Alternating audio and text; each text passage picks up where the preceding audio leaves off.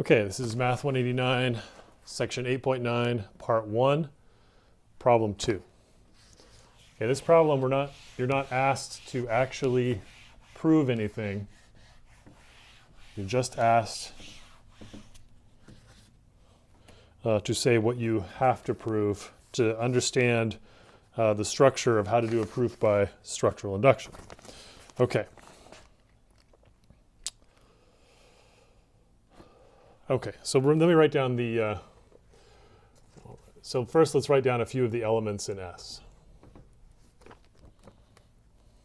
So first we have, so that from the initial case we get lambda, 0, and 1.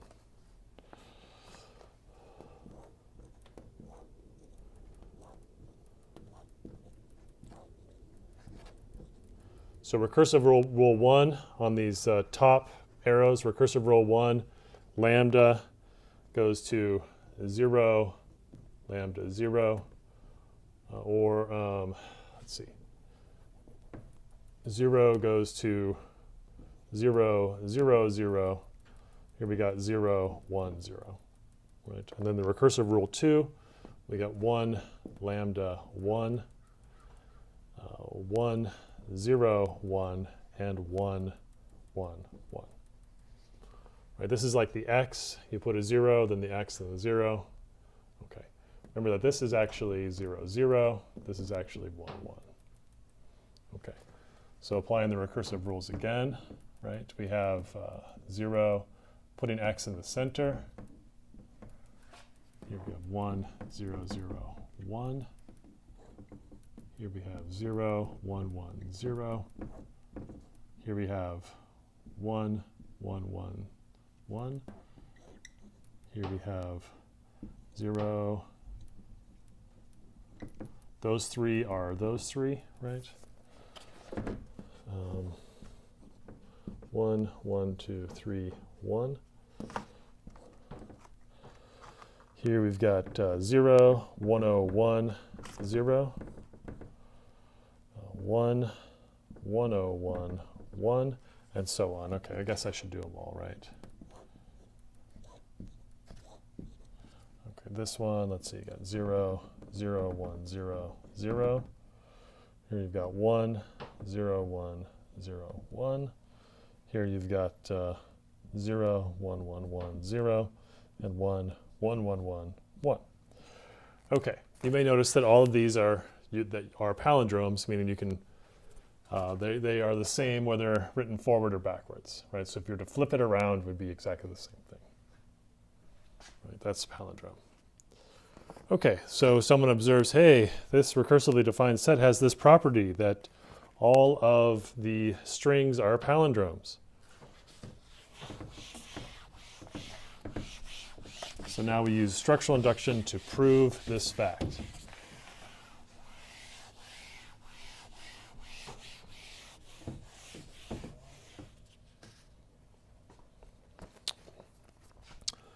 Okay, so part A, what must be proved? All right, we have to prove, all right, so let me write P of X up here. P of X is a palindrome. Okay, so in part A, we have to prove P of X is true for all of the X's in the initial case. So we have to prove P of lambda, P of 0, and P of 1. All right, so that means we have to prove that lambda is a palindrome. We have to prove that 0 is a palindrome. We have to prove that 1 is a palindrome.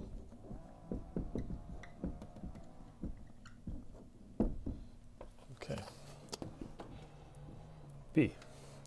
Okay, now we need to prove, basically, now for the inductive step, we just write this as inductive step.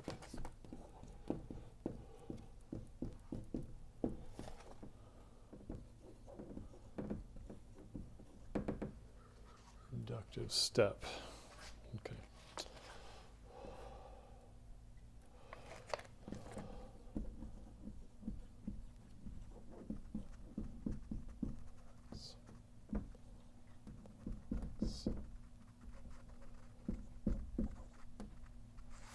Okay, so we choose one of these strings that we've created in S using the recursive rule.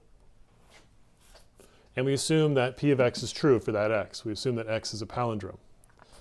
All right, so when we're doing that, we have recursive rule 1 or we have recursive rule 2.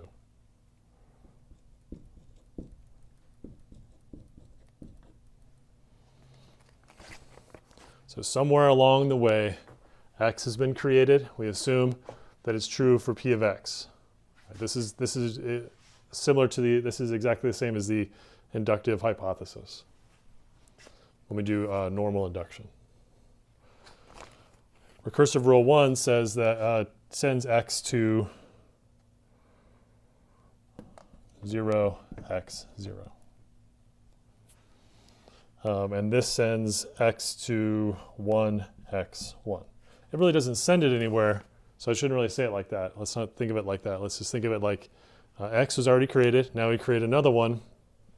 We use X to create the next thing, the next two things.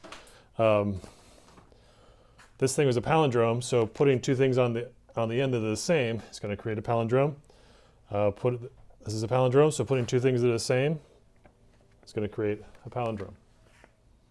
Okay, this is what I call Y. Right, so our assumption is P of X. We want to show P of Y. I've phrased things this way because it is very similar as it could possibly be to the way you've done things already with induction. Assume it's true for K, show it's true for K plus 1. Assume it's true for X, show it's true for Y, where Y is after applying the recursive rule.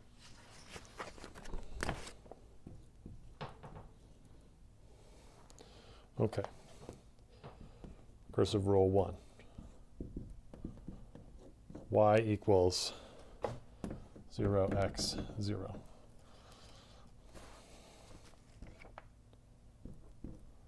Okay, the assumption is that is P of X. X is a palindrome.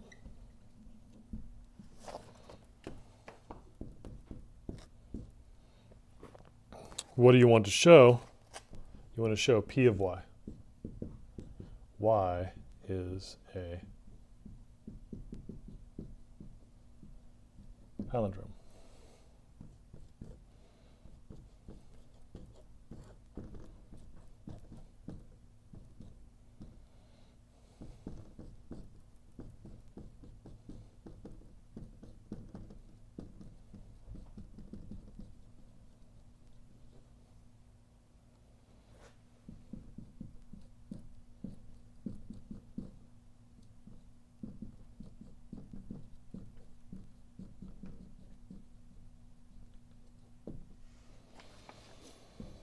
All right, so for recursive rule 2, our assumption is that X is a palindrome. We want to show that Y, which is attaching ones on the end, is a palindrome.